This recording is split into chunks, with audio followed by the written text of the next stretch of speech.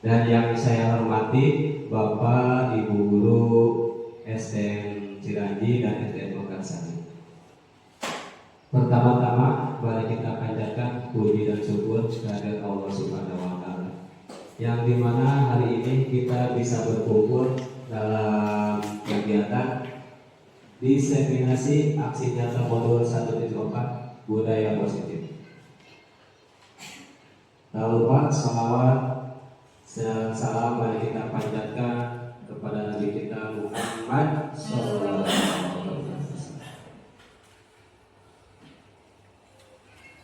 Sebelum acara ini dimulai, alangkah baiknya kita buka dulu dengan berdoa, membaca bismillah bersama-sama. Bismillahirrahmanirrahim. Untuk selanjutnya, mari kita bersama-sama mendengarkan beberapa pemaparan dari yang terhormat Bapak Yusuf Bahtiar, SPDSD. Waktu dan tempat kami persilakan.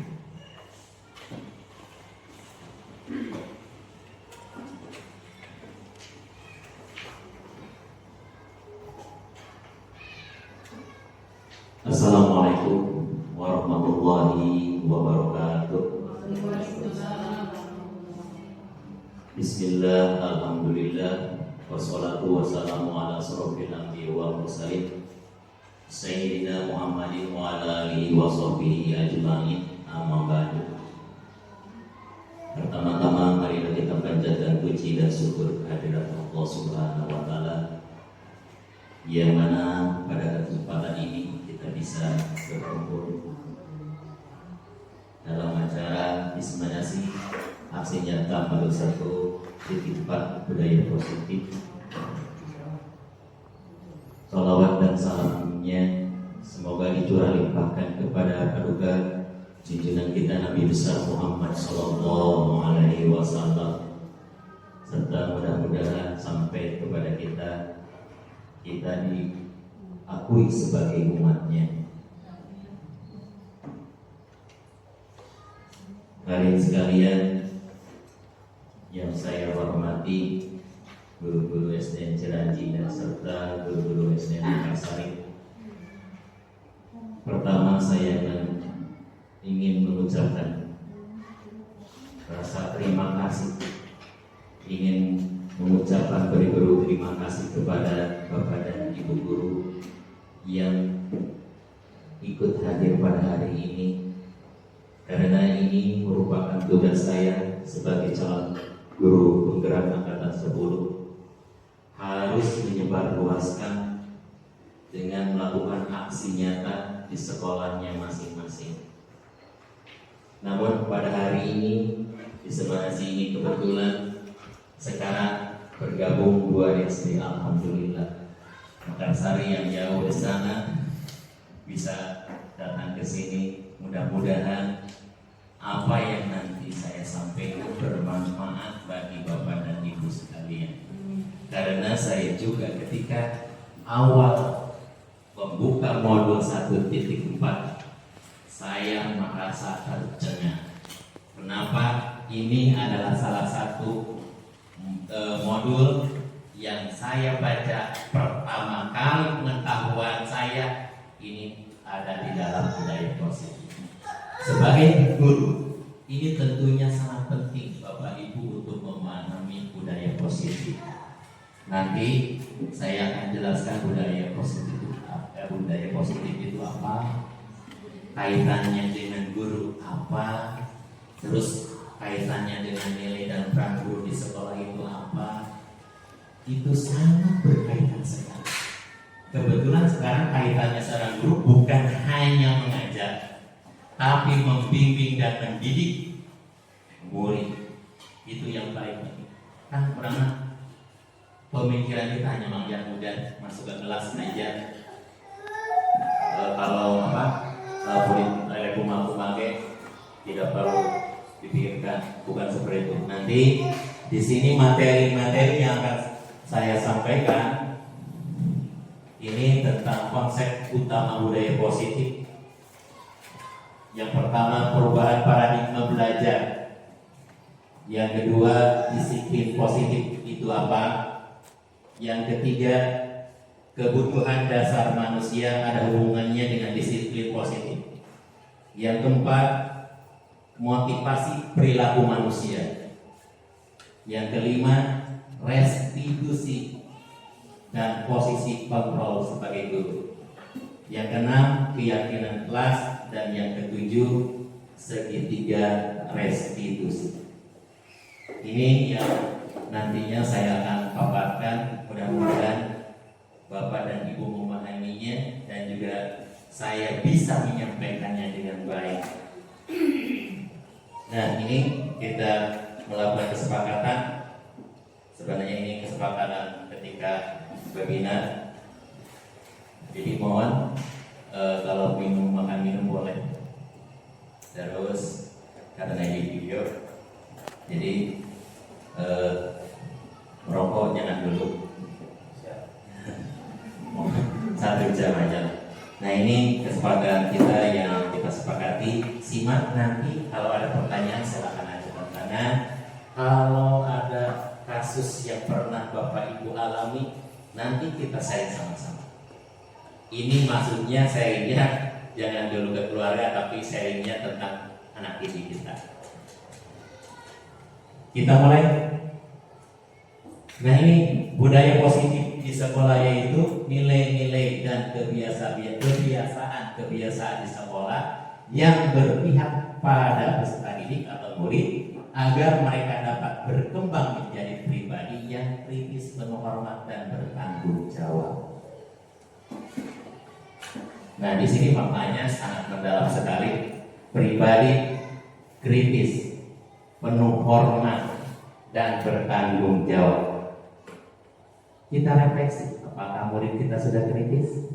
Ketika dalam kelas dia dengan lantangnya mengajukan pertanyaan, penasarannya keluar dari siswa, atau sebagai guru hanya menyampaikan saja, murid diam saja. Yang kedua, penuh hormat.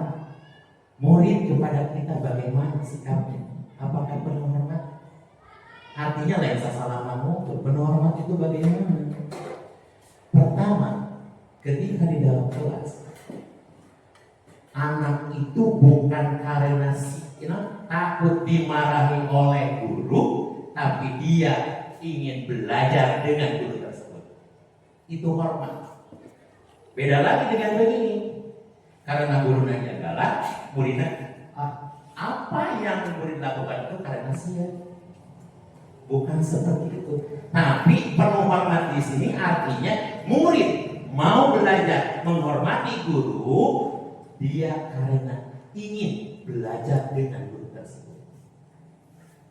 Dan kemudian bertanggung jawab. Apakah murid ketika diberikan tugas, banyak yang tidak bertanggung jawab, diberikan PR, esoknya tidak dikerjakan. Banyak kasus seperti itu dialami oleh Bapak Ibu. Nanti ada solusi. Ini hanya awalan saja. Kemudian selanjutnya, apa tadi perubahan paradigma? Paradigma itu cara berpikir kita terhadap sesuatu. Nah, di sini untuk membangun budaya yang positif di sekolah perlu menyediakan lingkungan yang positif, aman dan nyaman agar murid-murid mampu berpikir, bertindak dan mencipta dengan merdeka, mandiri dan bertanggung jawab. Jadi maksudnya begini, murid tidak akan mau belajar kalau lingkungan di sekolahnya, lingkungan di kelasnya itu tidak aman, tidak nyaman. Murid tidak diberikan kebebasan dalam berpikir. Guru bener guru. Itu jangan sampai seperti itu.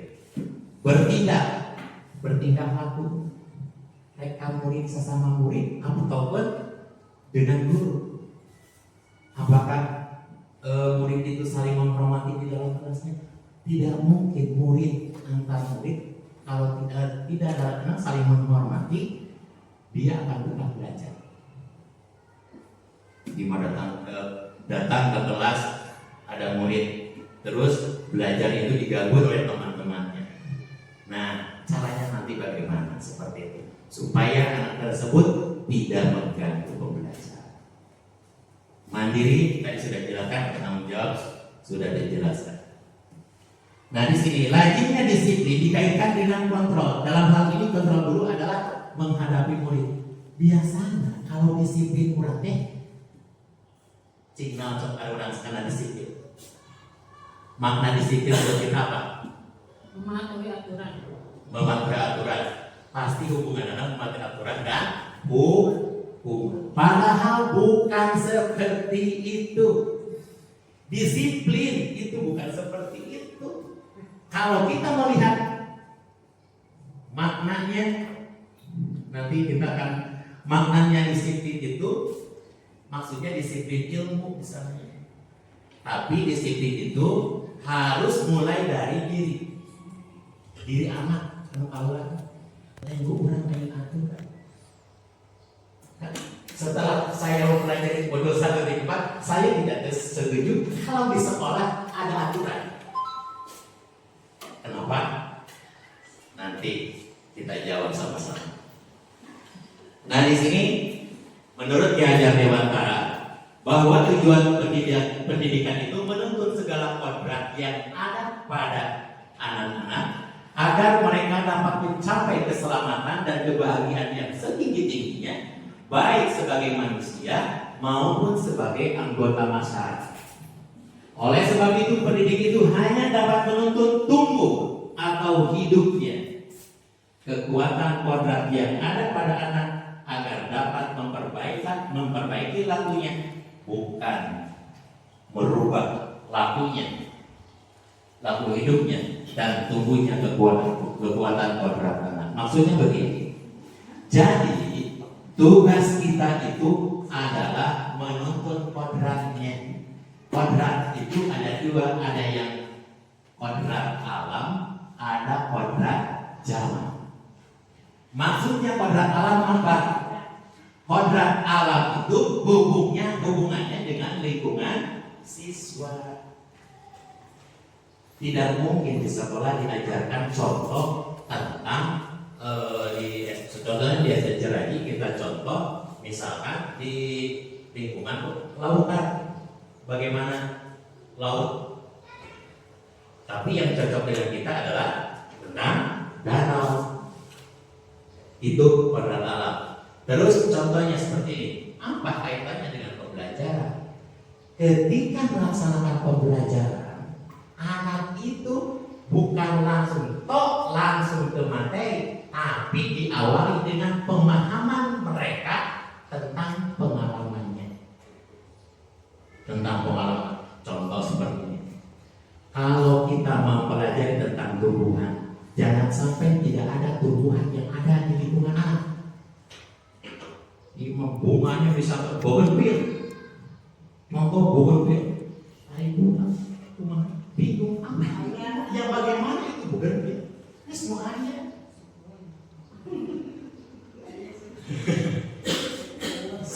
Ketika murid ditanya apakah tahu bunga itu bunga sepatu, bunga merah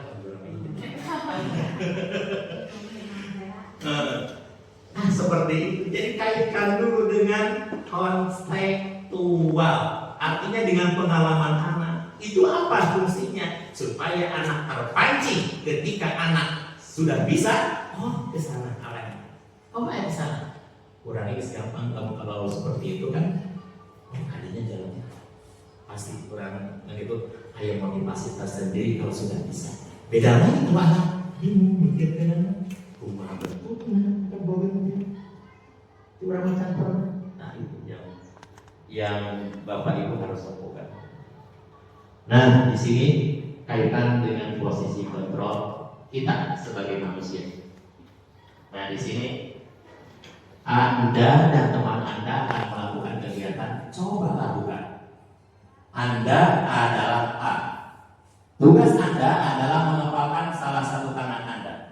Ada kode. Coba Anda bayangkan bahwa Anda menyimpan sesuatu yang berharga di dalam kepalan tangan Anda. Anda perlu menjaga benda tersebut sekuat tenaga. Sekuat tenaga Karena begitu pentingnya untuk kehidupan Anda. Tugas rekan Anda, B, mencoba dengan segala cara untuk membuka kepala anak-anak Anda. Teman Anda, B, boleh mengujuk, boleh menghardik, mengintimidasi, memarahi, menggoda, menggelitik, bahkan menawari Anda uang agar Anda bersedia membuka kepala tangan Anda. Coba lakukan di atas dengan B secara bergantian, dan coba jawab pertanyaan di bawah ini secara mandiri.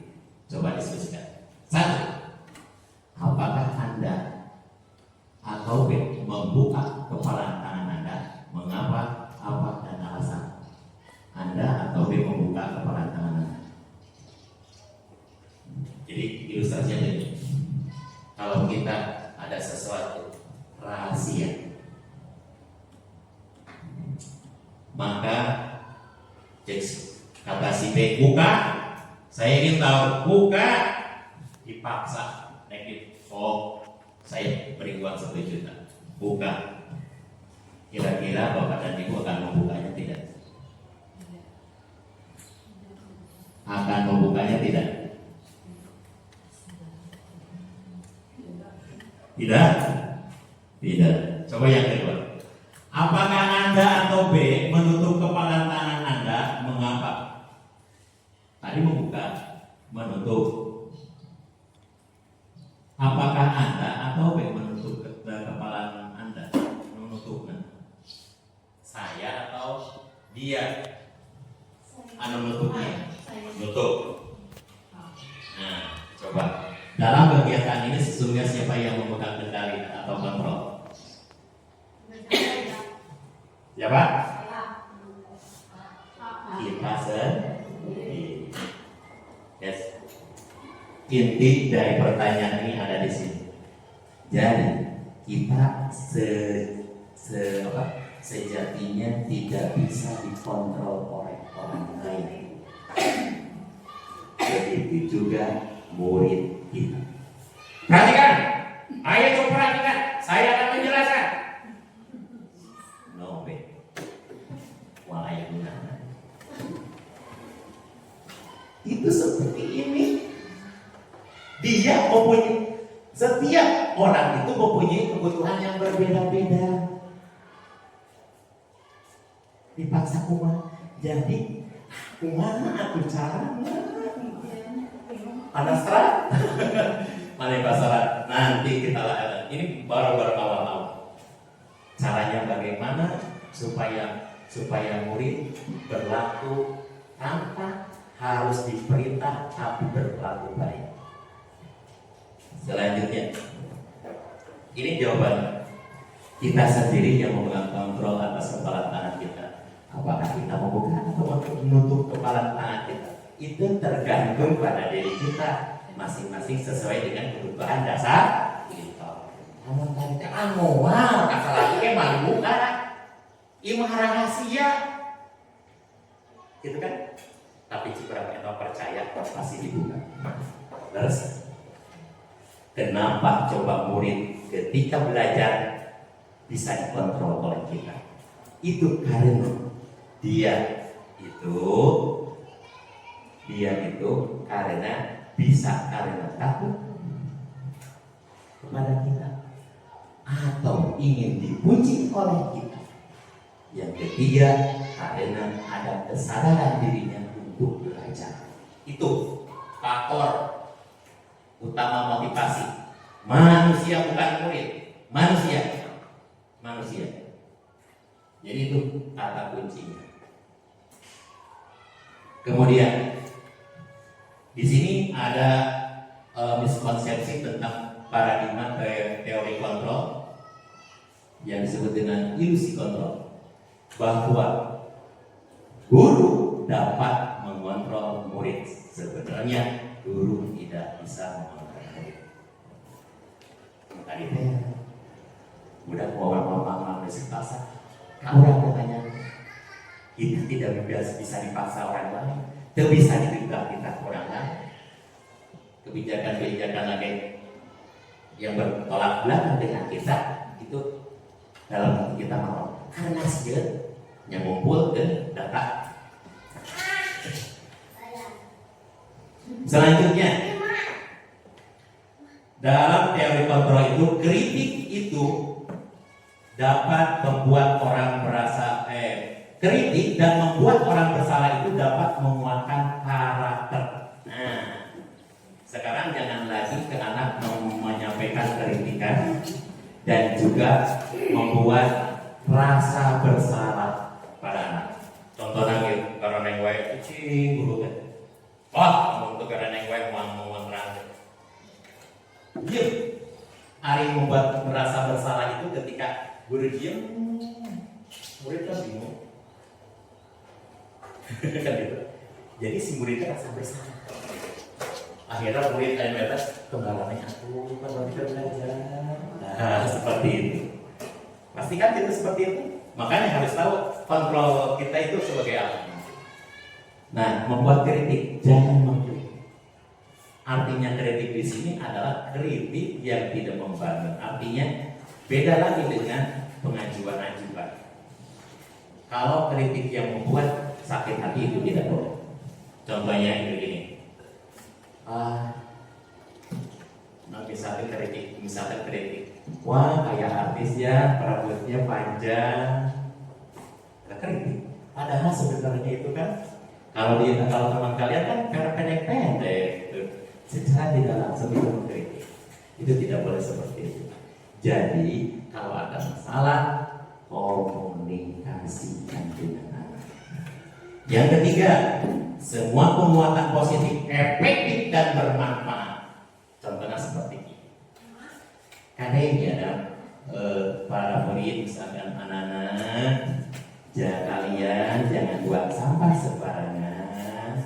Kalian jangan mengotori kelas dengan tulisan-tulisan.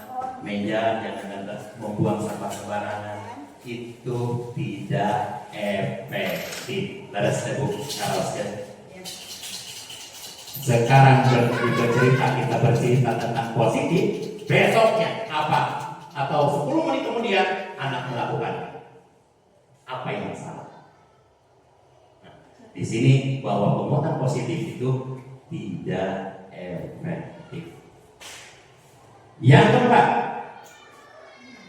orang dewasa itu memiliki hak untuk memaksa. Seperti tadi. Coba kerjakan halaman 10, nomor 1 sampai 5. Nanti dikumpulkan jam 9. Itu memaksa. Tanpa ada kesepakatan dulu. Memaksa. Itu tidak, orang dewasa itu tidak memiliki hak untuk memaksa. Awas, ini bukan hanya kepada murid, ini bisa diterapkan oleh bapak dan ibu di rumah. Di rumah. Misalkan anak kita itu bandelnya karena apa? Nanti ada dasarnya, latar belakangnya.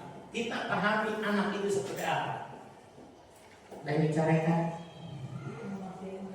bukan dimarahi. Sebenarnya kita itu tidak berhak untuk memarahi anak. Tidak berhak. Kenapa? Cuma titipan. Kalau kita diberikan titipan, apakah titipan itu bisa diganggu oleh kita? Tidak. Misalkan kita diberikan titipan uang, misalkan uang nanti 100.000, terus kurang terus pengen orang mau boleh ke, boleh tidak? Tidak. Sama perlakuan kita kepada anak itu hanya titipan. Makanya bapak dan ibu, ketika kita kesusahan dalam mendidik anak atau melakukan hal yang tinggi, itu serahkan pada yang Maha Kuasa. Kita lakukan dengan doa kepada yang Maha Kuasa. Apa intinya? La haula wala quwata illa billahil aliyyil azim. Urang teh daya upahnya. Da Allah nantukeun. Suami bandel. Tong gurunya kan nggak salah. Nah memang itu karakternya.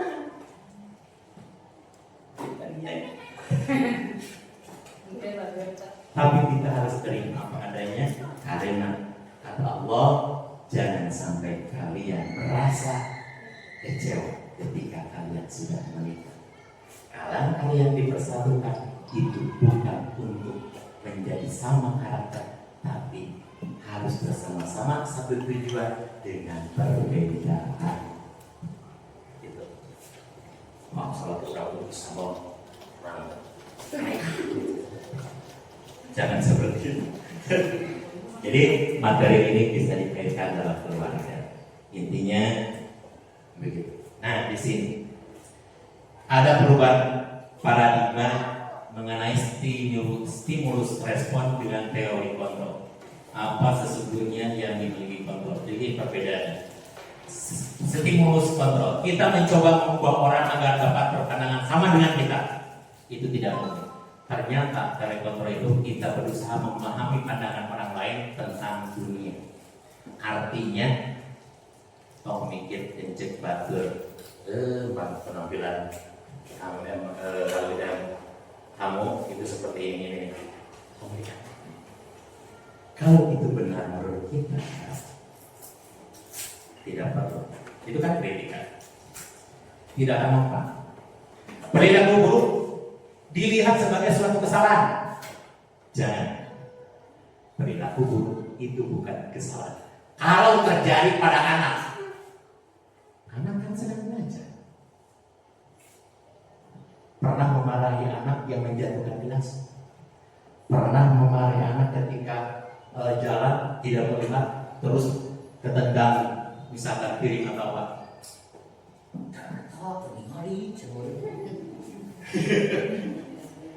Bukan seperti, tapi anak sana tidak jelas orang yang ngamuk we. Padahal ngamuk tadi innal godoba minasyaiton. Datang nangka amuk teh setan. Selanjutnya, saya bisa mengontrol orang lain hari ini. Anda tidak bisa mengontrol orang lain. Siapapun Anda, jabatan tinggi, rendah, tidak bisa mengontrol orang lain. Terus pemaksaan ada pada saat bujukan gagal. Pemaksaan ada pada saat bujukan gagal. Kalau yang disebut bujukan gagal itu artinya memberikan bujukan kepada anak yang memiliki masalah. Bujukan gagal. Gagal di sana itu masalah. Contohnya misalkan kasus anak menyontek, anak buang sampah sembarangan, itu disebutnya adalah nilai kebajikan yang gagal. Apa yang perlu dilakukan? Kolaborasi dan konsensus menciptakan pilihan-pilihan baru. Nanti yang disebut dengan keyakinan dan kesepakatan. Terus ada model berpikir menang kalah. Kalau stimulus respon itu ada menang kalah, tetapi teori kontrol itu adalah menang. Tidak ada yang salah. Nanti bagaimana ketika anak bermasalah oleh kita, anak itu tidak merasa bersalah tapi bisa melakukan perbaikan. Bagaimana cara? Selanjutnya, nah tadi makna disiplin berasal dari bahasa Latin disiplina yang artinya belajar, tuh kan? Disiplin itu artinya belajar, bukan menghukum, bukan menaati peraturan, tapi artinya belajar. Itu kan berwas, abdi itu mimiti belajar itu. Makna asal dari kata ini adalah berkorelasi dengan disiplin diri, konotasi. Murid-murid sekolah tes dan pelajar. Disiplin diri membuat orang menggali potensinya menuju sebuah tujuan apa yang dia hargai. Jadi nantinya ketika anak bermasalah supaya dia menang-menang itu bukan dia merasa bersalah atau merasa dihukum, tapi anak akan menggali potensinya untuk menuju sebuah tujuan supaya yang dia kesalahan itu bisa dihargai oleh mereka, bahwa itu yakin kesalahan. Namun dalam budaya kita makna kata disiplin itu telah berubah menjadi sesuatu yang dilakukan seseorang pada orang lain untuk mendapatkan kepatuhan, supaya patuh disiplin. Padahal asal dasarnya itu adalah artinya belajar. Kecenderungan umum adalah menghubungkan kata disiplin dengan ketidaknyamanan. Kita harus disiplin, maksudnya disiplin apa? Biasanya dikaitkan dengan aturan-aturan yang harus kita patuhi, bukan dengan apa yang kita hargai atau pencapaian sesuatu tujuan mulia. Nah, ini miskonsepsi tentang materi atau tentang makna disiplin. Nah, makna sebenarnya disiplin itu adalah kemampuan memerintahkan diri sendiri, bukan perintah orang lain, dalam mengontrol dan menguasai diri untuk memilih tindakan yang mengacu pada nilai-nilai yang kita hargai. Yang kita hargai di sini maksudnya adalah nilai-nilai kebaikan atau kebajikan dengan penuh tanggung jawab tanpa diperintah orang lain. Eta maksudnya disiplin. Jadi ayat terpisoran. Jadi jangan jadi tidak perlu diperintah oleh orang lain. Selanjutnya, nah ini maksud dari nilai-nilai yang kita hargai adalah nilai-nilai kebajikan atau sifat-sifat positif yang merupakan tujuan mulia yang ingin dicapai oleh setiap individu.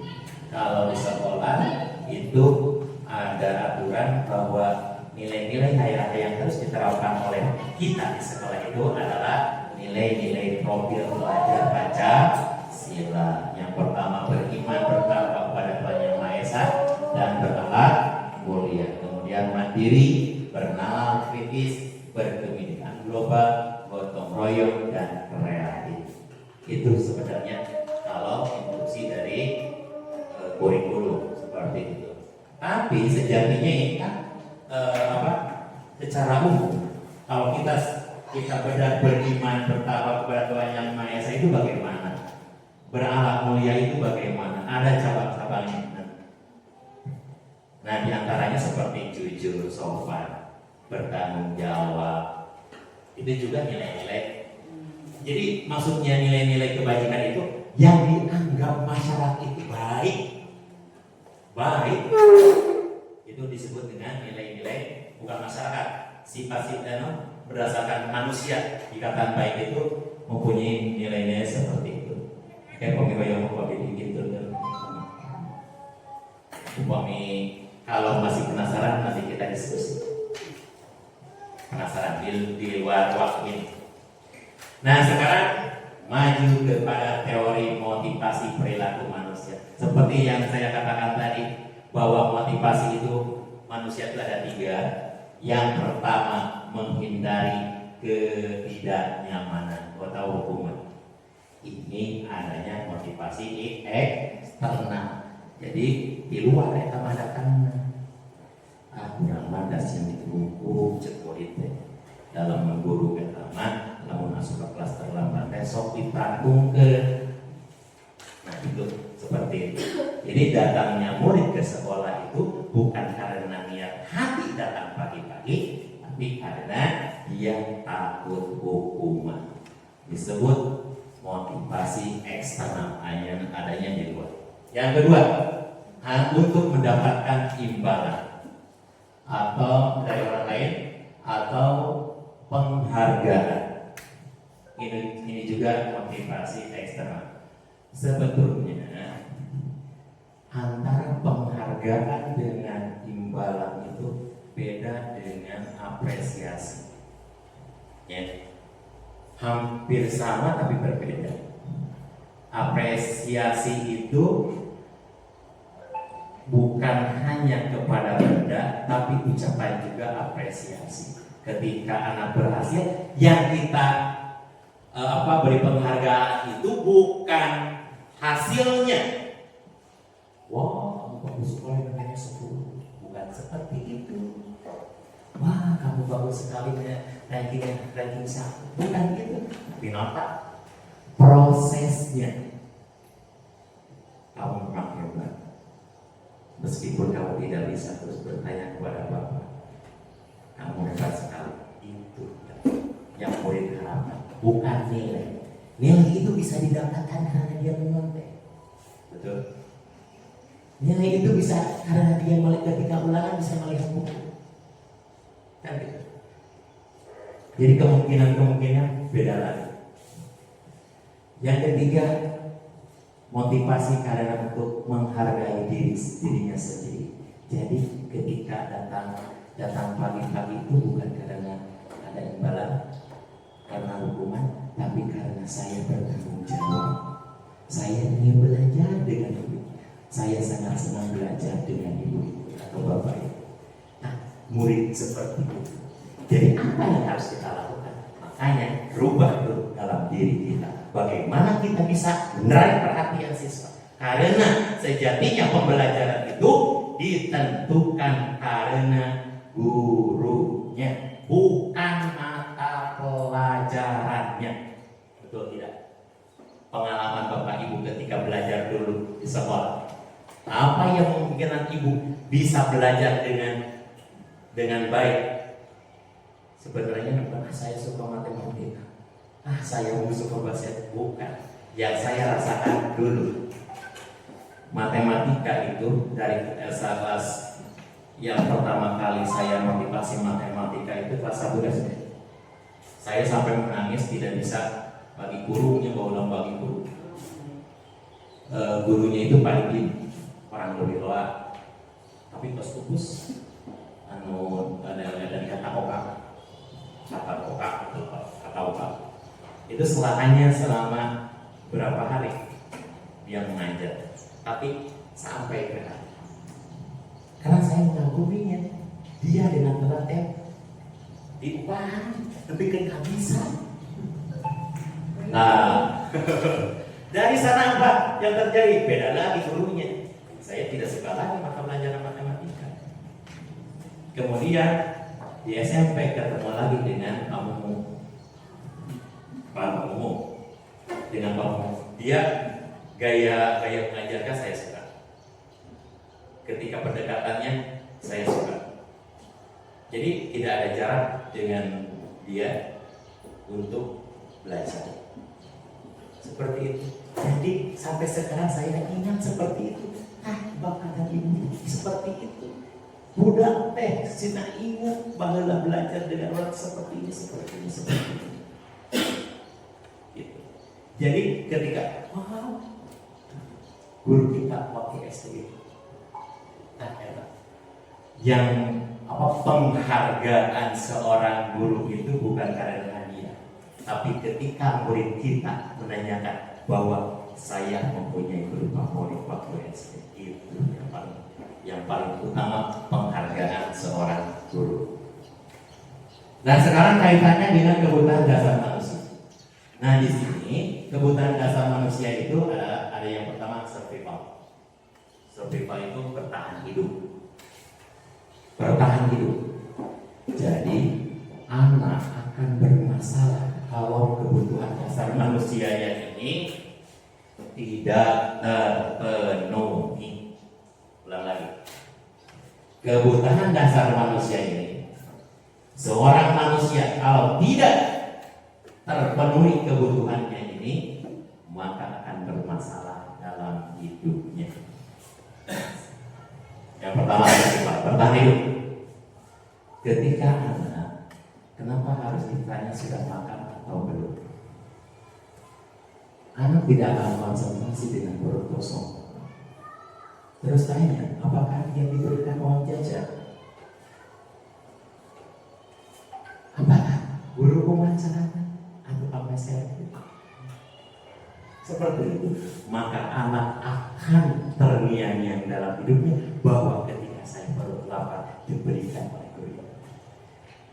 Saya punya pengalaman waktu sekolah agama, buku saya tertinggal di mobil naik mobil buntu. Asal oleh itu kayak balapan mobil teh bukan ada buku nanti tinggal.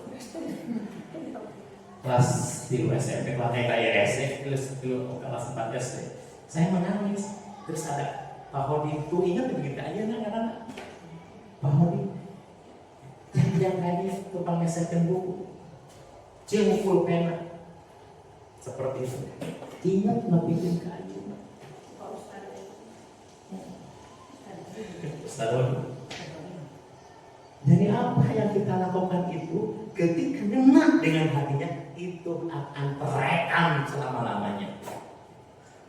Itu survival, bertahan hidup, makan kan makan. Jadi anak seperti ini. Kenapa anak merebut makanan orang lain? Masalahnya apa? Apakah dia karena belum pernah makan itu? Apakah dia lapar? Kan mungkin ngomong suara. Mungkin tak suara katanya apa? Tidak mungkin. Tidak mungkin. Yang kedua, adanya kebebasan. Nah, kebebasan dari mana? Pak, dibebaskan di sini kelas, bukan seperti itu. Harus ada kontrol dari kita. Artinya kebebasan itu kebebasan dalam berpendapat, kebebasan dalam belajar. Jadi anak boleh, Pak, Bu, saya ingin belajarnya seperti ini, boleh. Kalau ibu tidak mampu, maka ibu harus belajar lagi atau komparasi dengan teman lain. Jangan belajar seperti apa, ilang keke. Jadi jangan sampai pembelajaran itu monoton hanya sekali-sekali pada anak. Tapi ketika anak mengajukan, Pak, sekarang saya ingin belajarnya di bawah misalkan 8. Nah, Bapak dan Ibu jangan sampai langsung ayo coba. Bukan seperti itu, tapi harus rencanakan sedemikian mungkin supaya pembelajaran berjalan dengan lancar. Memang itu sangat memacu nanti ribet yang biasa di kelas. Tapi kalau seperti itu akan membuat kebebasan anak itu teruruk. Makanya ketika pembelajaran anak pasti ada yang ngomong begini, Pak istirahat, Bu istirahat, suami Bu. Jangan salahkan anak, salahkan diri kita sendiri. Kenapa? Karena pembelajaran itu tidak menarik anak. Itu. Jadi tong salah kereta tuh, tanyakan pula kau, mau nyalahkan aku. Sarua anak kurang mau sama gitu. Kebebasan anak itu. Ketika kita dilarang, coba jangan main HP, pasti anak main HP.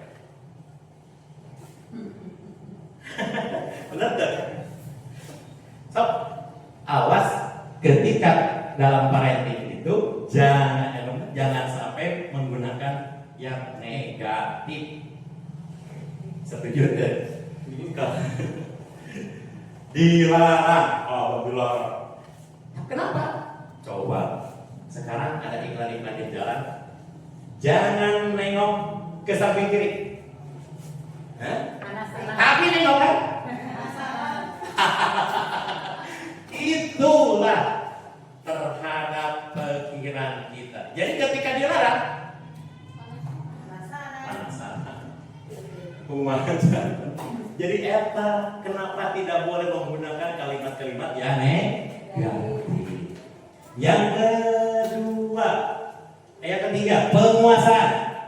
Contohnya penguasaan seperti ini. Kalau di kelas ada anak yang berkuasa. Nah, yang berkuasa artinya berkuasa di sini dia bisa mengontrol orang lain. Ada juga terima lain bisa mengontrol jadi wani gitu. Nah, itu apa penyebabnya? Penguasaan itu oleh kita apa? Contohnya seperti begini. Misalkan pengganggu temannya yang sedang belajar. Berbelajar, ayo atau itu kan kita nyarios atau karena penguasaan. Ketika guru mengajar, dia bercerita atau mengobrol, itu kan penguasaan. wani. Nah, oleh kita lain caranya. Tapi kenapa? Nanti ada caranya nanti. Panggil, tapi jangan sampai di depan hadapan murid. Panggil jangan sampai di hadapan muridnya. Dicarikan atau non temenan. Ada keluar sih, mau belajar, ngomong seperti itu. Bukan menjadi penurut, tapi akan menjadi pembangkang. Itu pembangkang. Yang selanjutnya cinta kasih atau diterima. Jadi anak ketika di kelas pasti ayah dia ingin diperhatikan gitu. Nanti kupaya kan gitu. Ternyata ada anak aling ngacungan, aling isinya dina hati nangis, abin tuh. Bagaimana memperlakukan bapak dan ibu ketika anak membutuhkan kita, itu jangan dibeda-bedakan. Sok keliling, tinggal aros, lain keliling mungkul, aros. Misalkan apa perlu bantuan atau gimana, harus ada ya. Bapak abis pantas gadung murid 45 di kelas ribu kan. 40 OKL 40 tiru 840 nya ya. Jadi selama pembelajaran itu seluruhnya saya keliling.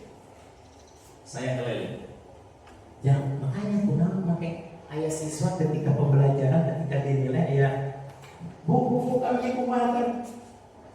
Nah, itu apa? Itu karena tidak terpenuhinya anak perhatiannya. Itu yang menjadi masalah. Tidak terpenuhi.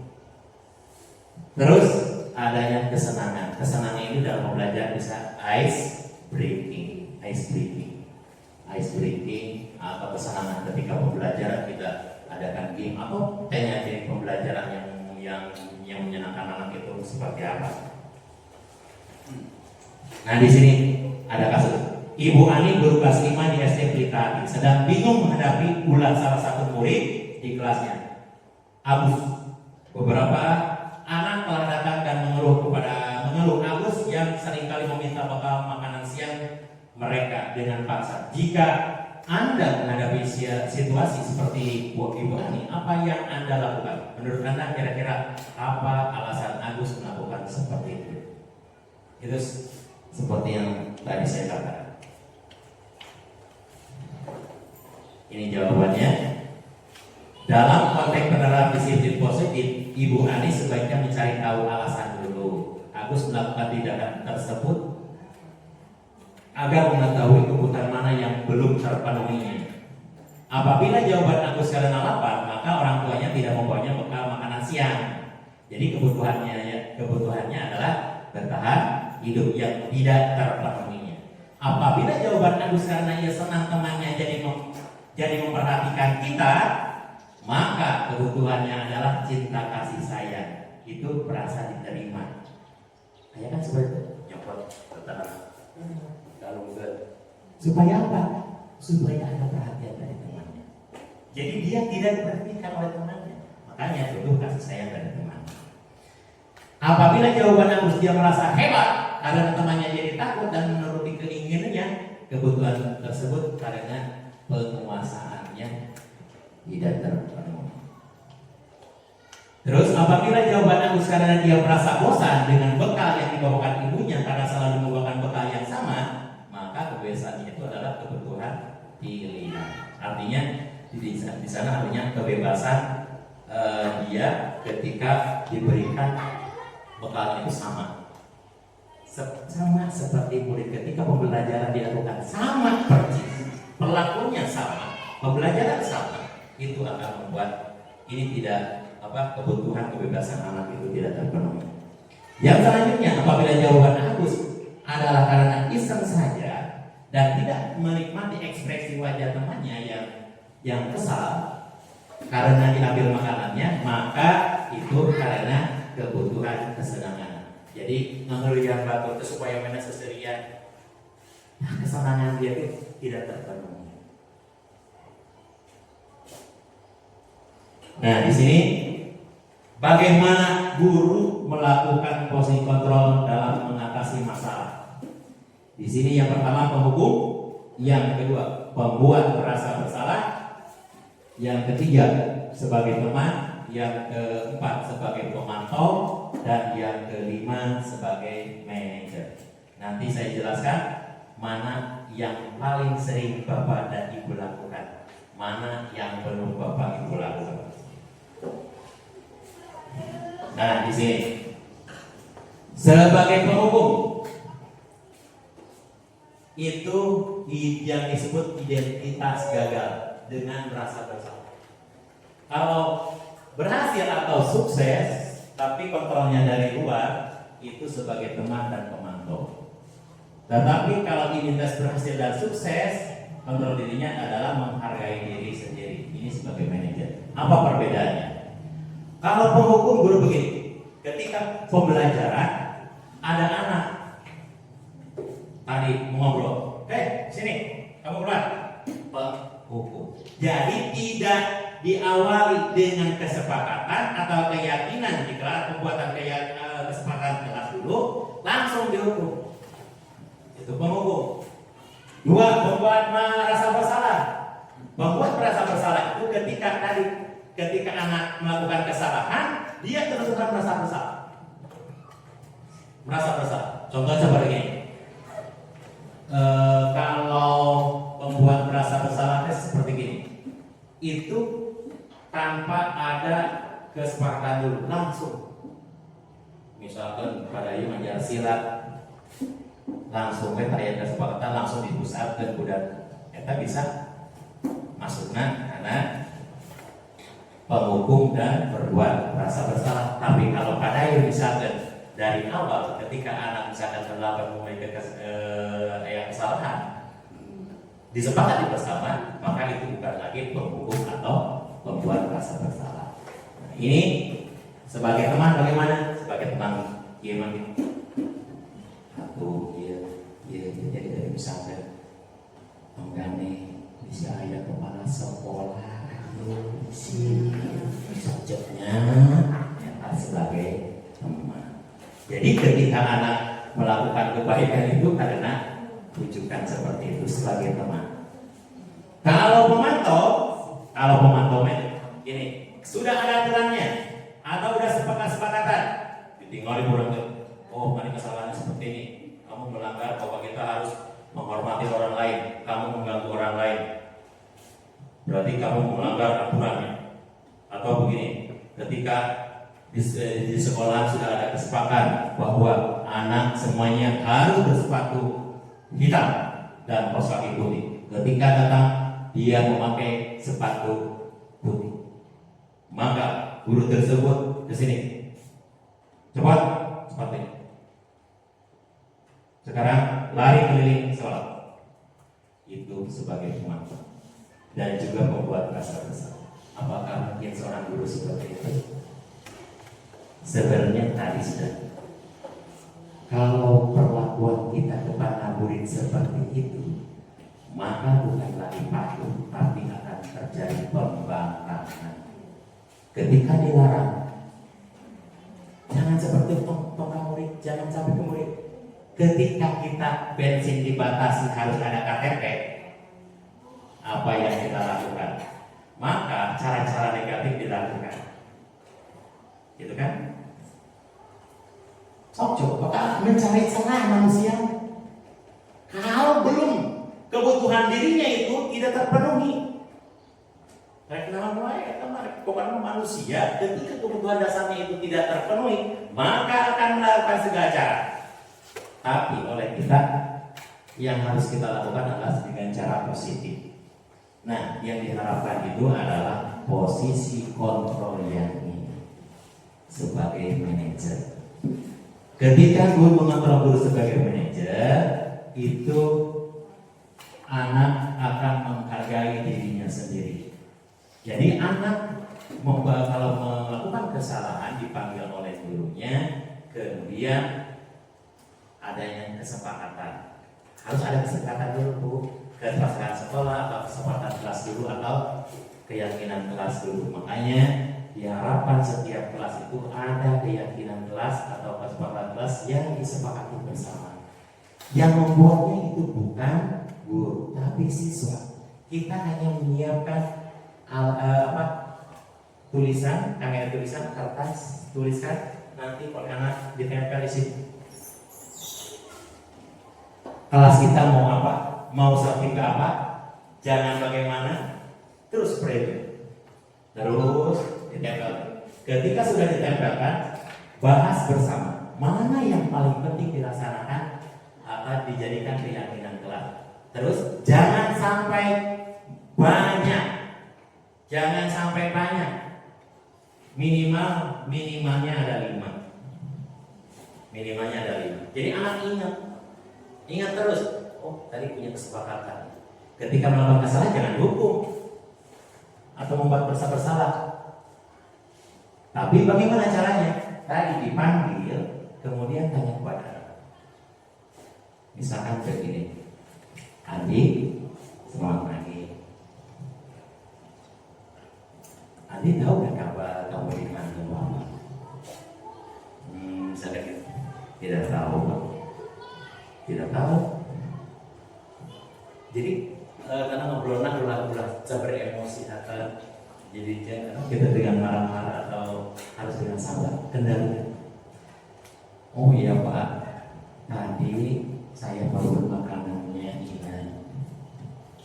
Begitu. Kamu ngapain? Iya Pak, dari pagi saya tidak belum makan. Oh, Bapak juga akan seperti kamu. Bapak akan berbuat makanan kalau saya lapar. Itu menstabilkan dulu emosi dia, supaya apa? Nanti akan keluar dari dia bagaimana cara memperbaiki. Terus tanyakan lagi. Coba menurut Andika, apakah itu menyalahi kesepakatan kita di kelas? Betul Pak, maaf. Misalkan. Terus menurut Andi bagaimana ke depannya untuk melakukan perbaikan Andi? Jadi bukan guru kan mau katanya sehat. Jadi Andi, kakak misalkan Andi, saya ingin begini, saya ingin coba terapkan pada anak juga ilmu seperti itu.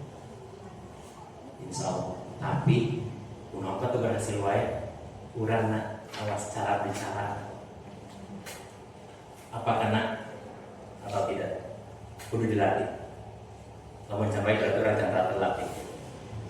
Nah selanjutnya pernyataan. Saya kecewa sekali dengan kamu. Siapa yang mengatakan? Ini guru yang sebagai pembuat orang merasa bersalah. Saya kecewa sekali kamu berbuat seperti itu. Sama ketika di keluarga juga sama. Saya kecewa. Misalnya, kamu tidak pernah benar melakukannya. Penghukum. Ayolah lakukan demi ibu atau bapak itu teman. Apakah kamu mendapatkan stiker bintang hari ini? Pemantau. Karena penghargaan. Bagaimana kamu bisa menyelesaikan masalah ini sebagai manajer? Kamu selalu yang paling terakhir. Kita menghukum. Nah ini apa yang bisa kita lakukan supaya di sekolah itu menebarkan budaya positif. Yang pertama, di sini awali dengan peraturan ini bisa ada yang disebut dengan peraturan kelas atau kesepakatan kelas. Terus masuk keyakinan, lingkungan makan tersebut lingkungan positif. Setelah lingkungan positif, budaya positif. Gampang nyebutin namanya. Kalau karakter pendapat ulama itu butuh waktu jangka lama untuk menjadi kebiasaan. Kalau pengetahuan bisa 1 jam, bisa 1 minggu, bisa. Apakah bisa? Perkataan ulama seperti itu diteliti oleh peneliti orang Australia. Begini, kalau hanya pengetahuan itu bisa kita lakukan perbaikan selama 1 minggu, maka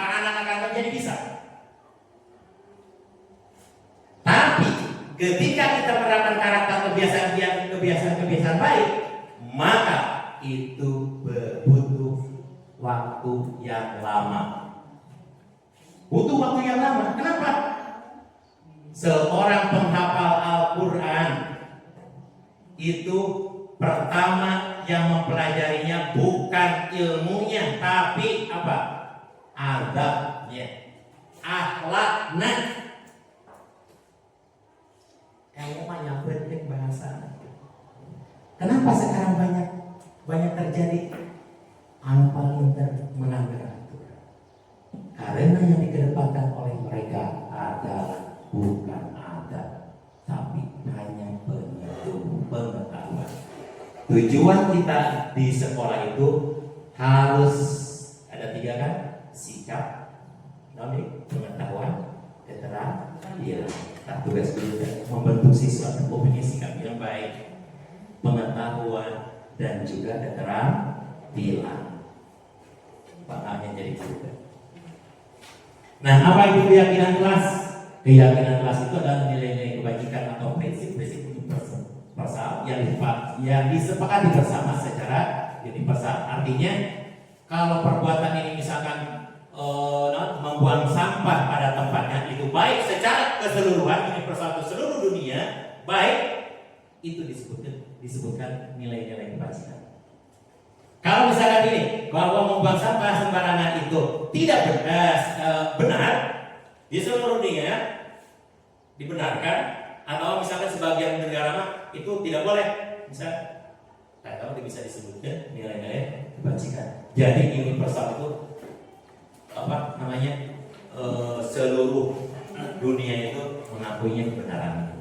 Menurut dosen 1998, suatu keyakinan akan lebih memotivasi seseorang dari dalam atau intrinsik. Seseorang akan lebih bersemangat untuk menjalani keyakinan daripada hanya sekedar mengikuti atau serangkaian aturan. Nah, cara yang pembentukan kelas. Keyakinan kelas bersifat abstrak daripada peraturan yang lebih rinci dan konkret. Tadi banyak ini tadi. Keyakinan kelas berupa pernyataan-pernyataan yang universal. Tadi tanggung jawab, keagamaan seperti berdoa sebelum belajar, berbaris apa? Menghargai orang lain. Jangan sampai begini. Coba di Jepang, pertama kali anak diajarkan di sekolah itu di kelas 1 itu bukan menulis, tapi bagaimana dia disiplin dalam berbaris. Ketika ada anak yang pertama kali datang ke sekolah, maka berbaris di depan. Tapi berhubungannya itu apa? Udah lebih pagi dia anak berarti. Jadi seperti itu, baris. Makanya sampai tua pun di Jepang tidak ada lagi melanggar aturan dalam mengantri. Di Jepang tidak, guru tidak boleh ada guru pasal, guru tidak boleh memfoto siswa, tapi guru berkomunikasinya dengan orang tua itu ada yang namanya buku penghubung. Orang ayat karena nama yang berkata dilaksanakan. Buku penghubung seperti ini. Tugas anak di rumahnya itu apa? Tulisan. Terus ayat tulisan di buku penghubung. Ayat enggak aja. Ada Jepang. Pernyataan keyakinan kelas senantiasa dibuat dalam bentuk positif. Jadi jangan pakai kata negatif. Keyakinan kelas hendaknya tidak terlalu banyak sehingga mudah diingat dan dipahami. Semua warga kelas sebaiknya ikut berkontribusi dalam membuat kegiatan kelas lewat curah pendapat. Dan terakhir, bersedia meninjau kembali keyakinan dari waktu ke waktu. Artinya terus mengingatkan. Ini contoh kesepakatan kelasnya. Nah, ini yang paling penting. Dari akhir tadi, supaya anak menjadi ada motivasi yang positif, ini caranya supaya kita melakukan pada anak untuk menstabilkan atau namanya apa? Supaya dapat mandiri, bertanggung jawab dan bisa mencarikan solusi pada dirinya sendiri. Namanya segitiga restitusi, atau asalnya kata itu dari restitusi dulu. restitusi itu pendekatan cara penanggulangan pada anak. Nah, segitiga restitusi itu adalah proses menciptakan kondisi bagi murid untuk memperbaiki kesalahannya mereka sehingga mereka bisa kembali pada kelompok mereka dengan karakter yang lebih kuat. Maka dengan restitusi guru, maka guru dapat membantu murid menjadi lebih memiliki tujuan disiplin positif serta memulihkan dirinya setelah berbuat salah. Yang kedua, membantu murid untuk jujur pada dirinya sendiri dan mengevaluasi dampak dari kesalahan yang dilakukan. Yang ketiga, memberikan penawaran bukan paksaan. Jadi solusinya nanti caranya adalah bukan dipaksa, oh kamu harus begini, tapi ditawarkan apa yang kamu ingin lakukan. Nah, ini ada tahapannya. Yang pertama dalam segitiga restitusi itu adalah menstabilkan identitas. Seperti pernyataan begini, setiap orang pasti pernah melakukan kesalahan. Tadi saudara. Yang kedua, kamu bukan satunya orang yang pernah melakukan ini. Saya juga akan sama melakukan seperti kalau kondisinya seperti kamu. Yang kedua adalah validasi tindakan yang salah. Ini kaitan dengan keyakinan yang sudah dibentuk oleh kita. Makanya kalau tidak ada keyakinan telah dikelar, perlu ditempelnya, itu tidak bisa dilakukan restitusi karena tidak ada kesepakatan. Akhirnya akan jadi penghukum. Jadi harus ada kesempatan kelas dulu. Bagaimana caranya? Adakah cara yang lebih efektif untuk mendapatkan apa yang kamu butuhkan? Jadi bagaimana? Videonya tadi kan kamu sudah melanggar kesepakatan kita. Apa yang perlu kamu perbaiki? Nah, kamu tentunya punya alasan mengapa kamu melakukan ini. Tapi saya tidak mau alasannya. Saya ingin kamu bagaimana memperbaikinya. Jadi kalau ditanyakan alasan aku namanya gitu, ya saya tidak mau alasannya, tapi saya ingin bagaimana kamu melakukan perbaikan. Nah, di sini sebutkanlah pada menanyakan keyakinan nilai-nilai apa yang telah kita sepakati. Jadi nilai apa yang kamu langgar? Nanti anak sebutkan. Kalau anak tidak tahu kesepakatan kelas kita, anak tidak akan tahu tentang keyakinannya. Makanya wajib seorang guru harus ada kesepakatan di kelas. Terus kamu ingin menjadi orang seperti apa? Nanti seperti ini, saya melanggar misalkan tidak menghargai orang lain. Saya kedepannya ingin menghargai orang lain. Saya tidak ingin misalkan membuat onar di kelas, mengganggu teman, atau bukan perbuatan. Tapi kepada anak, lantaran secara mental anak itu akan langsung masuk. Kan asalnya dari pemikiran kita, dengan diri situnya, maka bakal nafal terus.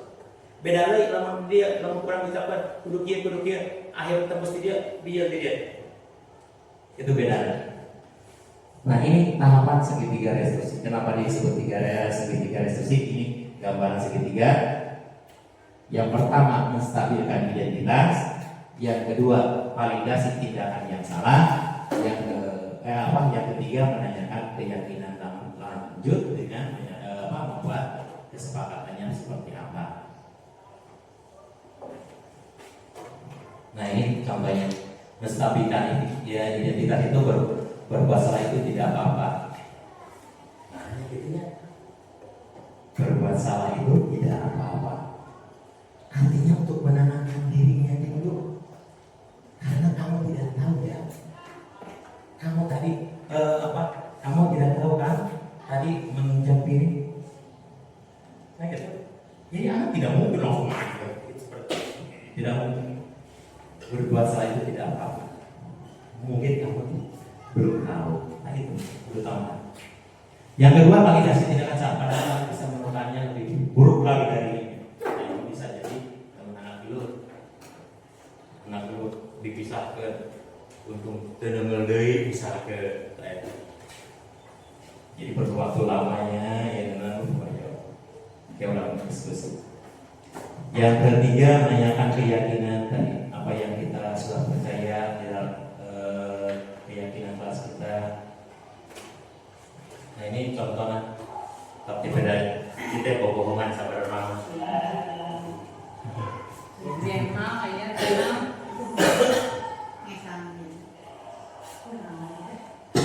Kalau yang ini kan budak tinggal gitu. Kata seorang ada kan lebih seperti dia yang tanamnya karena sudah dibaca. Nanti kalau itu jadi anak bahasa kan bahasa Indonesia boleh menggunakan bahasa yang dipahami oleh siswa. Jadi kita apa namanya rubah. Misalkan ibu ada misalkan di kelas 1 sama di kelas 1 juga cuma duduk misalkan entah sana istirahatnya ya sebenarnya. Lama mereka di kelas atau budak ngomong ayat. Lama mereka di kantor. Nah biasa di kantor akan mencari perhatian siswa. Ayo kawan dipanggil. Kan biasanya seperti ini. Jadi karena apa? Karena si murid ingin tahu apa dihukum gitu.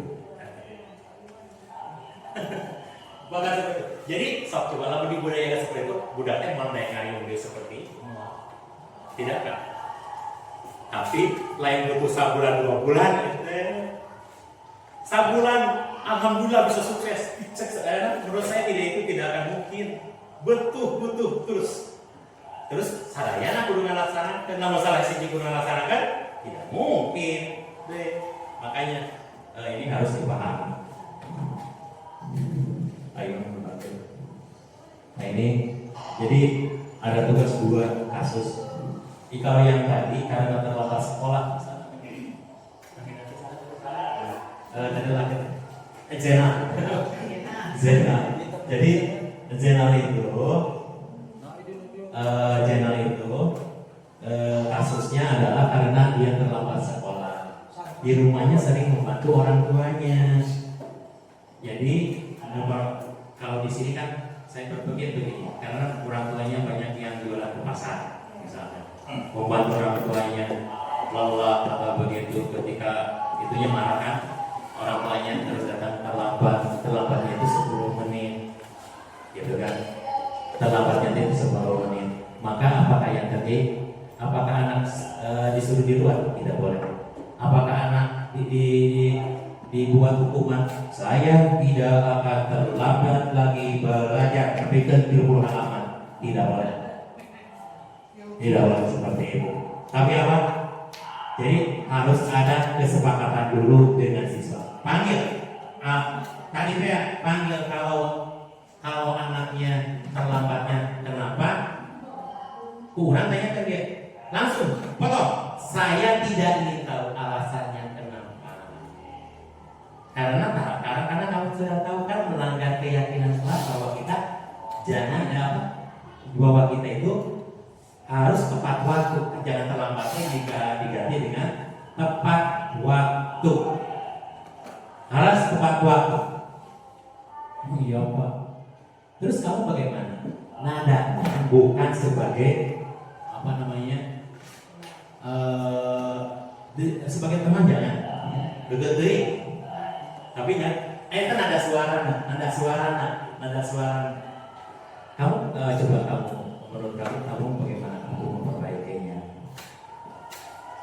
Misalkan begini, saya akan bangun lebih awal lagi, terus saya akan berbicara kepada orang tua saya, dan mungkin si gurunya bisa mengatasinya ketika orang tuanya dipanggil ke sekolah, atau gurunya datang ke rumahnya. Bisa gitu cara. Ya, pakai bangannya.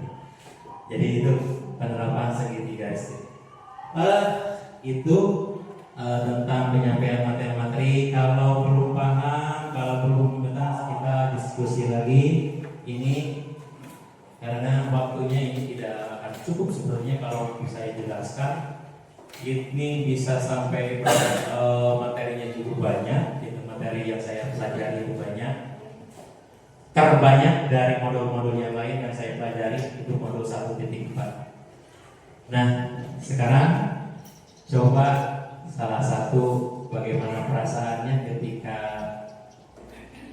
pemaparan saya tentang materi tadi, apakah itu sudah pernah Bapak dan Ibu terima atau ini baru? Wah, hebat. Toh, Dulu kan ada yang begitu.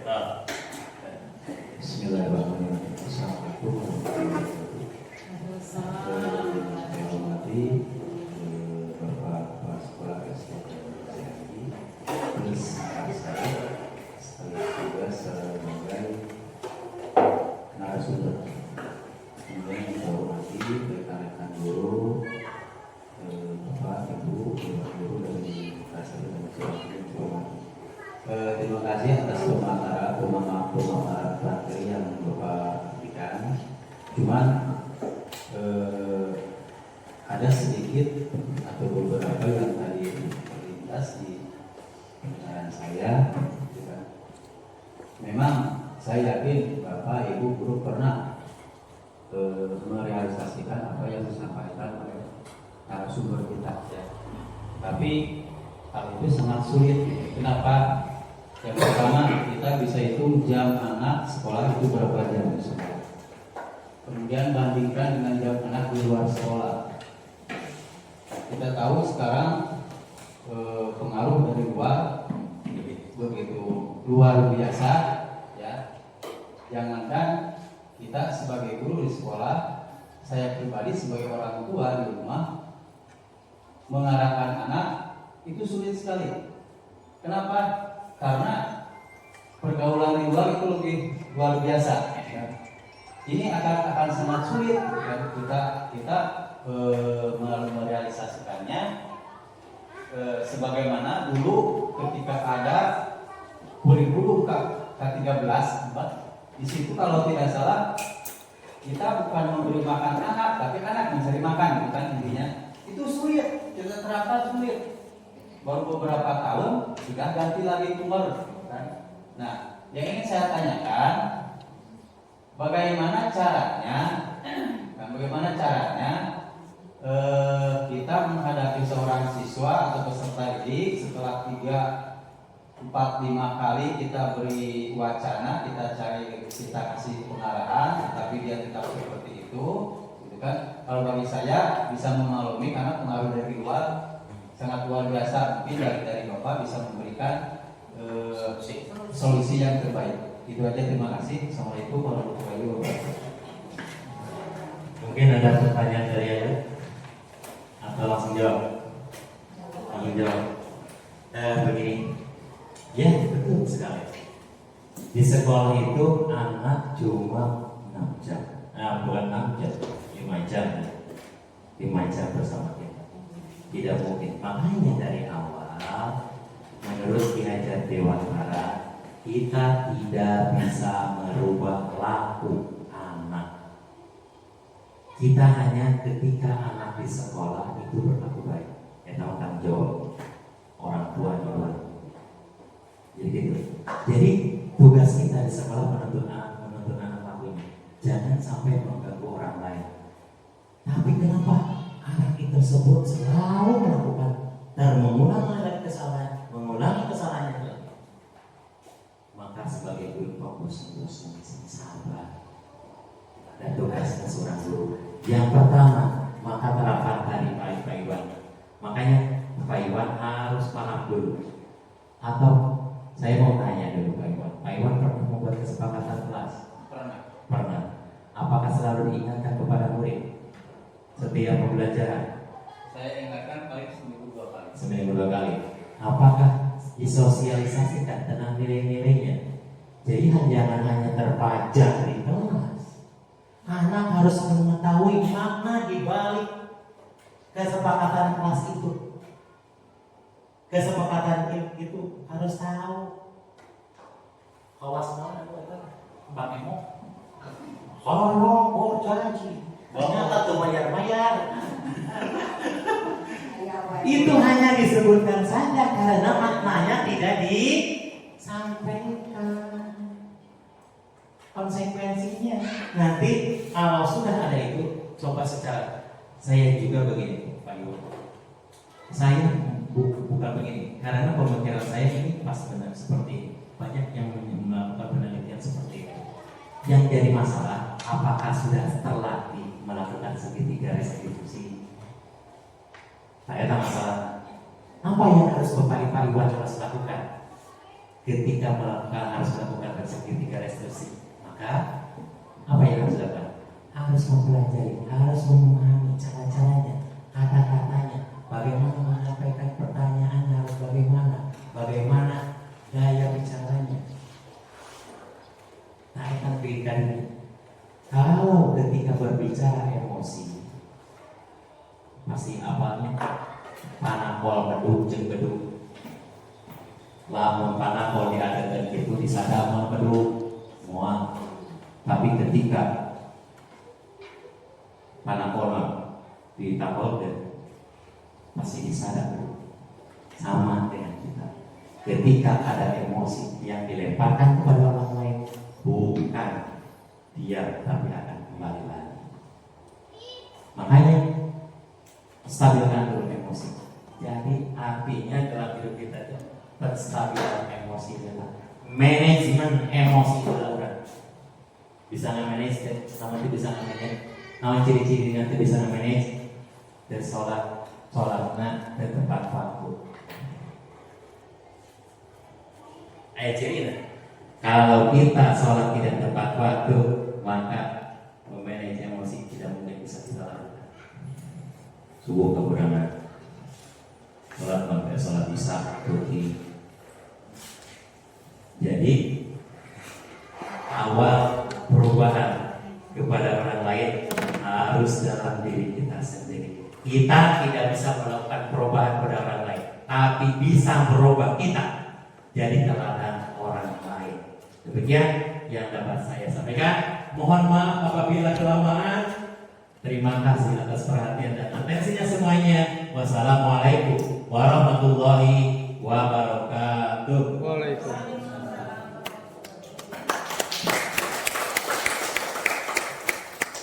Alhamdulillah kita semua telah menyimak apa yang telah beliau sampaikan dengan sangat benar. Semoga apa yang disampaikan bermanfaat bagi kita semua, terutama bagi kemajuan prestatif di sekolah kita masing-masing. Dan juga mari kita doakan semoga Pak Yusuf diberikan kesehatan dan kelancaran dalam mengikuti kegiatan calon guru penggerak. Selanjutnya, marilah kita tutup acara ini dengan membaca kalimat hamdalah. Alhamdulillah. Bapak dan Ibu yang saya hormati, kami ucapkan terima kasih dan mohon maaf apabila kata-kata saya kurang pantas. Akhir kata, wassalamualaikum warahmatullahi wabarakatuh.